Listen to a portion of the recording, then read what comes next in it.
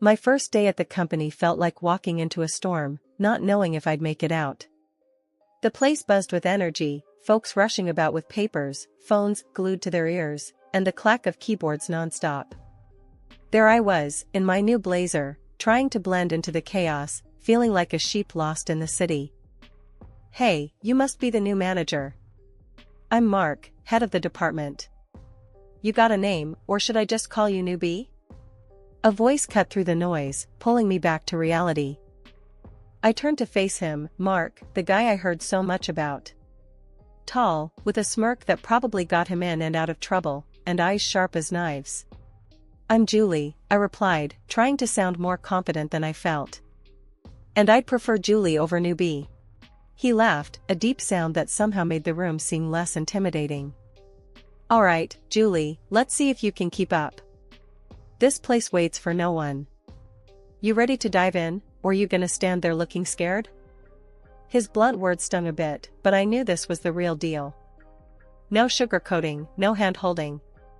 I was here to make a mark, not to be coddled. "I'm ready. Just show me where to start." Mark's smirk turned into a slight smile, one that said he might have underestimated me. "Come on, then. I'll show you the ropes. But don't expect me to go easy on you. You'll have to earn your keep here." As we walked through the maze of desks and buzzing lights, Mark rattled off names and projects, his words a rapid fire that I struggled to catch.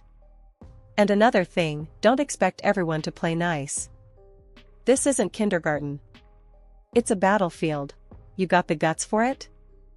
I nodded, feeling the weight of his gaze. "I didn't come here to play. I'm here to work and to win." "Good answer. Let's see if you mean it." Mark led me to my new office, a small space with a window overlooking the city. It wasn't much, but it was mine. The days that followed were a blur of meetings, deadlines, and learning curves steep enough to give anyone vertigo. Mark was relentless, always pushing, always demanding more. But behind the tough exterior, I caught glimpses of something else, a teacher, maybe even a friend. "Julie, this report looks like it was written by a 5-year-old. Do it again," Mark would say, tossing the papers on my desk without a second glance. "Or, you're gonna let Johnson talk over you like that? Stand up for your ideas, or they'll walk all over you." It was tough love, the kind that grated but also grew on you. Mark wasn't just teaching me about the job, he was showing me how to survive in a world where you're only as good as your last success. One evening, after the office had emptied and the city lights danced in the darkness, Mark knocked on my office door, a couple of beers in hand. "You did good today, Julie. Didn't think you had it in you to stand up to Johnson like that." I took the beer, our fingers brushing slightly. "Thanks, Mark. Means a lot, coming from you." We sat in silence for a moment, the city's hum a backdrop to our thoughts. "This place can chew you up and spit you out if you're not careful," Mark said, his voice softer than I'd ever heard. "But you, I think you might just make it." "Because of your tough love?" I teased, taking a sip of the beer. He chuckled, leaning back in his chair. "Maybe. Or maybe you're just as stubborn and hard-headed as I am." As the weeks turned into months, Mark and I found ourselves tangled in something more complicated than mentorship. Our after-hours chats turned into dinners, and those dinners turned into more. We knew the stakes, office romances were a big no-no, a taboo that could cost us both our jobs. But the heart wants what it wants, doesn't it? "Julie, we're playing with fire here," Mark would whisper, his voice heavy with a mix of desire and caution, after one of our secret meetups. "I know, but I can't help it," I'd respond, my heart racing, feeling the thrill and the danger all at once. "Let's just keep this between us. No one has to know." And so, our secret affair began. We became experts at hiding our feelings in the daylight, saving them for the shadows where we could be ourselves, if only for a moment. The risk made everything more intense, but it was a game of Russian roulette. Every stolen kiss, every whispered promise, was a bullet in the chamber, and we were both playing with the trigger. Life's funny, you know? One minute, you're sneaking around, trying to hide your love like it's some kind of contraband, and the next, you're facing a moment that could change everything. That's exactly how it went down with Mark and me. It was a Thursday evening, the kind of evening that didn't seem special until it suddenly was. We were at my place, a modest apartment that had become our little sanctuary away from the prying eyes of the world. The air was filled with the smell of the spaghetti I had cooked, a simple dish, but Mark swore it was the best he'd ever had. "Julie, you know, this sneaking around is getting old," Mark said out of the blue, his fork pausing mid-air. His voice was casual, but his eyes were anything but. I chuckled, thinking he was about to crack a joke. "What do you suggest, a billboard announcing Mark and Julie's love shack?"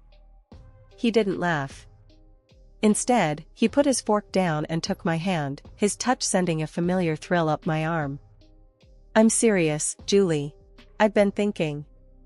Why don't we just make this official? Marry me, Julie. Let's stop hiding." The words hit me like a bolt of lightning. Marry him? Was he serious? My heart started racing, and a part of me wanted to say yes, before my brain could catch up. But then, reality kicked in. "Mark, you know we can't. The company." "Screw the company," he cut in, his usual calm replaced with a passion I hadn't seen before. "I love you, and I'm tired of pretending like you're not the most important part of my life. We'll figure it out. We always do." His words, so raw and honest, melted any reservations I had. How could I say no to a man who was willing to risk it all for us? "Yes," I whispered, the word barely making it out, before Mark pulled me into a kiss that sealed our promise. The next day was a whirlwind. We knew we had to face the music and tell our boss about our decision. The company had strict rules about relationships in the workplace, and one of us would have to leave. But at that moment, nothing felt impossible as long as we were together. "Mr. Reynolds, we have something to tell you," Mark started, his hand gripping mine under the table as we sat across from our boss in his imposing office. Mr. Reynolds looked up from his paperwork, his gaze sharp. "I'm listening." Mark squeezed my hand, a silent source of strength, and then laid it all out. "Julie and I are getting married. We know the company's policy, and we're prepared to deal with the consequences." Mr. Reynolds didn't seem surprised. If anything, he looked like a man who had seen it all. "I appreciate your honesty. You know the rules. One of you will have to resign." Mark was quick to lay down how it was going to be, his voice firm, brooking no argument. "It's going to be Julie who resigns. I've got the career and the salary that we need to keep things going strong. She'll stay home, take care of our future." I didn't say anything at first, the weight of his words sinking in. Part of me wanted to argue, to say we should find another way. But then, the resolve in Mark's eyes told me this was the decision he believed was best for us. "All right," I said finally, my voice steady. "If that's what we've decided, then I'll resign." The ride back from Mr. Reynolds' office was quiet, both of us lost in our thoughts. Mark kept trying to reassure me, saying it was for the best, but the silence between us spoke volumes. "Julie, you know this is the right move, right? My job's the stable one. It just makes sense," Mark finally said, breaking the silence as we stood at the door of our shared future. I looked up at him, searching his face for any sign of doubt. But all I saw was certainty. "I know, Mark. It's just a big change, that's all. But we'll make it work. We always do." The honeymoon phase in our suburban home didn't last long. At first, it was all laughter and shared dreams, but then the atmosphere started to change, and not for the better. Mark began to show a side of him I hadn't seen before, a side that expected everything to be just so, perfect and without a single flaw. One evening, as I was trying to get dinner ready after spending the day cleaning the house, Mark came home early. The house smelled like the roast I had in the oven, and I thought it would cheer him up. I was wrong. "Julie, what's this?" Mark's voice cut through the quiet of the kitchen, sharp and cold. I turned to see him holding a plate with a slight frown. "It's dinner, Mark. I tried a new recipe I thought you'd like," I said, trying to keep my voice steady. The tension in the air was thick enough to slice. He took a bite and immediately made a face. "This is what you call dinner? It's bland. Can't you do anything right?" He dumped the plate into the trash with a clatter that made me jump. I felt a sting of tears in my eyes, but I fought them back. "I'm sorry, Mark. I'll make something else," I murmured, turning back to the stove, my hands shaking slightly. "No, forget it. I'm not hungry anymore." His words were a dismissal, and he stormed off to the living room, leaving me alone with my failed dish and a sinking heart. But it didn't stop there. Mark's demands grew by the day. If a shirt wasn't ironed to his liking, it ended up thrown on the floor. If he found a single speck of dust, he'd make a show of wiping it up with his finger and then wave it in front of my face. "What do I keep you around for if you can't even keep the house clean?" he'd say, and each word felt like a slap. One night, he came home late to find me asleep on the couch, waiting up for him. The TV was still on, a low hum in the quiet room. He woke me up, not gently, but by snatching the blanket away. "Why are you sleeping? The house is a mess," he barked, his eyes scanning the room for any sign of disorder. I rubbed my eyes, confused and tired. "Mark, it's 2 a.m. What mess are you talking about?" He didn't answer, just stomped off to our bedroom, leaving me to wonder what I had missed. The next morning, I found a list on the kitchen counter, items he expected to be done by the time he got back. It was like living with a ticking time bomb, never knowing what would set him off next. I tried to talk to him about it one evening, tried to understand where all this was coming from. "Mark, can we talk? It feels like you're always angry with me. What's going on?" He just looked at me, cold and distant. "There's nothing to talk about. I work all day, and I expect to come home to a clean house and a decent meal. Is that too much to ask?" "But I'm trying my best," I said, my voice barely above a whisper. "Clearly, your best isn't good enough."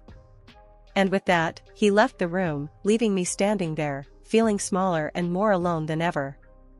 My attempts to stand up for myself didn't go unnoticed, but they sure didn't go unpunished either. After one particularly heated argument where I dared suggest a divorce, thinking maybe the threat of it would shake him up, he retaliated in a way I hadn't expected. "You want to play tough, Julie? Fine. Let's see how you manage without access to the bank accounts," Mark spat out, his face twisted in anger. The next day, I found out he wasn't bluffing. My card was declined at the grocery store, leaving me mortified and empty-handed. When I confronted him about it, his response chilled me to the bone. "Learn your place, Julie. You don't threaten me. You need to understand who's in charge here." Stuck in a house with dwindling supplies, I felt my independence slipping away. Mark carried on as usual, unaffected, dining out for lunch and dinner, while I was left to scrounge around for whatever was left in the pantry. Feeling desperate, I broached the topic of divorce again, hoping maybe this time it would bring some sense into him. Surprisingly, it did, but not in the way I expected. "Divorce? Are you out of your mind? Do you have any idea what that would do to my reputation?" he hissed. Yet, the day after that conversation, Mark did a complete 180. He came home with flowers, something he hadn't done since our early days, and even arranged a romantic dinner at home, just for the two of us. For a moment, I let myself believe that maybe, just maybe, this was the turning point. Maybe he realized what he stood to lose. Maybe this was him trying to make amends. But like a mirage, that hope vanished as quickly as it appeared. The gentle, attentive man who brought me flowers was gone, replaced once again by the cold, demanding stranger I'd come to live with. It was a cruel game of emotional whiplash, one that left me more confused and isolated than ever. Mark's parents, bless their hearts, saw none of this. To them, we were the picture-perfect couple, living out a suburban dream. Whenever they came around, I played the part, smiling and nodding, while Mark played the doting husband. But heaven forbid I slip up, show a crack in the facade. The consequences, as Mark liked to remind me, were swift. One night, after his parents left from one of their visits, Mark decided my performance hadn't been up to par. You could have been a bit more enthusiastic tonight. My parents think we're happy, Julie. Don't ruin that, he said, his tone icy. When I tried to defend myself, to explain that I was doing my best, it only angered him more. Your best? That's your best? Maybe you need a night on the sofa to think about what your best really means. And just like that, I found myself banished from our bedroom, lying on the sofa in the dark, wondering how my life had come to this. Winter hit hard that year, turning the streets into skating rinks overnight. I remember thinking I should be careful as I headed out to the store, but caution wasn't enough to keep me on my feet. I slipped on the ice, felt a sharp pain, and then nothing but the cold seeping through my coat as I lay there, waiting for help. Passers-by were quick to call an ambulance, and I spent the day in a blur of x-rays and doctors telling me I'd broken my leg. By the time they put me in a cast and sent me home, it was already dark. I tried calling Mark from the hospital, tried to tell him what happened, but all I got was his voicemail. So, I sent him a message and hoped he'd understand. The taxi dropped me off at our house, and I hobbled to the door, leaning heavily on my crutches. The moment Mark opened the door, I knew something was wrong. His face was twisted in anger, not concern. "Where have you been? I come home to no dinner, and you're nowhere to be found," he barked, before even greeting me. I was in shock, pain throbbing through my leg, as I tried to explain. "Mark, I broke my leg. I've been in the hospital all day. Look." I lifted the edge of my coat to show him the cast, thinking surely this would soften his anger. But it didn't. "Excuses, Julie. Always excuses with you. A broken leg is no reason for laziness," he snapped back, as if my injury was a personal inconvenience to him. Tears pricked my eyes, not just from the pain but from the utter disbelief. "Mark, I can't cook or clean properly like this. Maybe we could hire an au pair, just for the 3 months until I'm better?" His response was a laugh, short and bitter. "Spend my money because you can't do your duties? No way. You'll just have to manage." And just like that, I was left to fend for myself. Cooking was a nightmare, each step a new level of pain. Cleaning was even worse, trying to balance on crutches while wiping down surfaces and sweeping floors. Mark watched me struggle every day, offering no help, only criticism if something wasn't up to his standard. That was my breaking point. Not the fall, not the broken leg, but the realization that the man I married had so little compassion, so little love left for me. I was more than just hurt, I was broken, not just physically, but deep down where it mattered most.